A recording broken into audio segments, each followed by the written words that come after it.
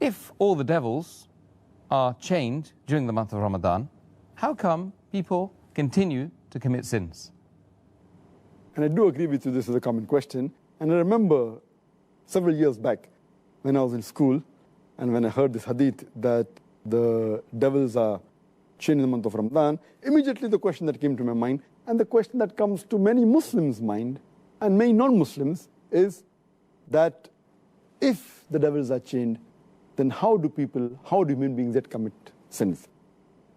This question is based on the hadith of Muhammad sallallahu alaihi wasallam, which I mentioned earlier, a Sahih hadith of Musnad Ahmad, volume number 2, page number 230, hadith number 7148, which is also repeated in Sunan Nisa'i, chapter number 5, hadith number 2106, where the beloved Prophet said that, O ye people, the blessed month of Ramadan is approaching.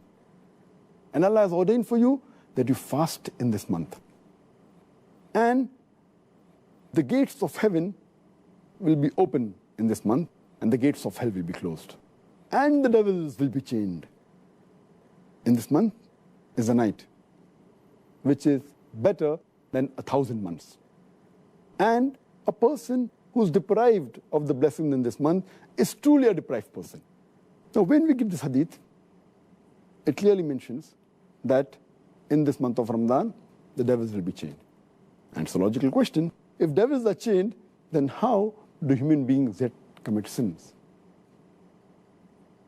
To make the people understand, we have to realize that when the devils are chained, it does not mean that the devils are slain.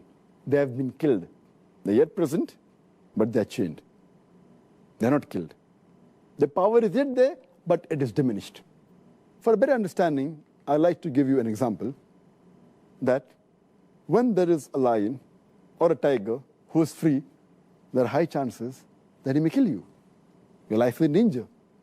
But the moment that tiger or that lion is chained, you are safe. You are safe as long as you maintain a safe distance.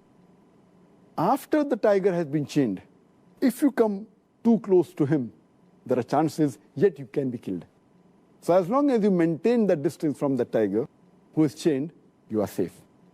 Similarly, in the month of Ramadan, if you maintain a safe distance from the Satan, you will be saved. And if you read the Quran, Allah says in Surah Baqarah, chapter 2, verse number 168, be careful of the khutwatu shaitan, of the footsteps of the devil, for he is to you an avowed enemy. Many places Allah subhanahu wa ta'ala says in the Quran that be careful of the footsteps of the devil.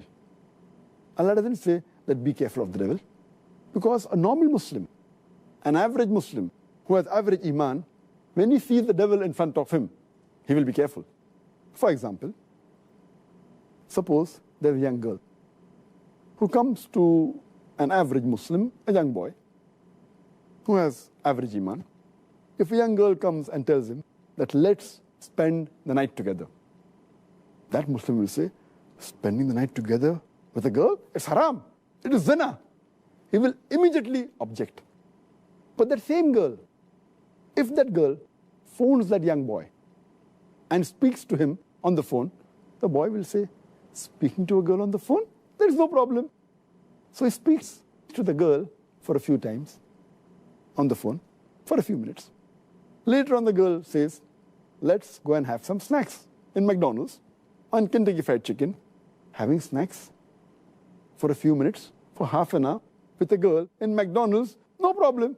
So he goes and has snacks with the girl in McDonald's. Later on, the girl says, why not have dinner in a restaurant? Having dinner with a girl in a restaurant for a couple of hours, no problem. Then the girl says, why not spend the night together? And then the boy says, spending the night together with a girl, no problem. So this is khutwatu shaitan, footsteps of the devil. This is not mentioned in the Quran, this is just my own example. So what Allah warns us is that be careful of the khutwatu shaitan, the footsteps of the devil. If the devil comes directly in front of an average Muslim who has iman, he will abstain. He will run away from it. But the khutwatu shaitan are the things which are dangerous. So, what we have to realize, when the devil is chained, his footsteps are restricted. So many of the sins are prevented. But if we go close to him, then the chances that we'll be overtaken by the devil and commit a sin are very high. So what we have to be careful, that in Ramadan, if we keep the distance, then the chance of committing sin is less. But if we go close to the Satan, even though he's chained, like how a tiger can walk even after he's chained, same the devil. So this is my understanding. And the beloved Prophet said, the devils are chained, the devil can yet move. But less distance. So if we keep the distance, we'll be safe. The second reason that I feel is that in the month of Ramadan, though the devils are chained, we fail to realize that the balance 11 months, they are free. And the impact that the devil has on the human beings for these 11 months, it leaves those impact, that impression in the month of Ramadan. To give a better understanding, I always give the example that there are drug peddlers which try and get customers, the youngsters from the colleges, from the universities.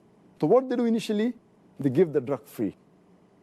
And they entice the youngsters for having drugs. Later on, after some time, they charge a nominal amount for that drug. Later on, they charge an exorbitant amount. But by the time the youngster is already hooked on to the drug. So even if the drug dealer is not there, they will try and find where the drug dealer is. They will go out of the way to find him and get the drug.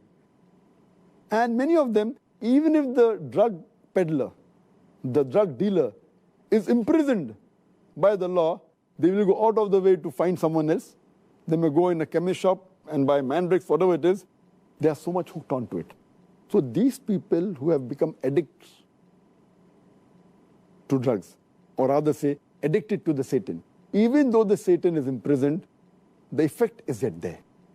So in this way we understand, as a drug dealer, as a drug peddler, even after he goes, the drug addict gets accustomed to that drug. So we human beings, we are accustomed to the sin.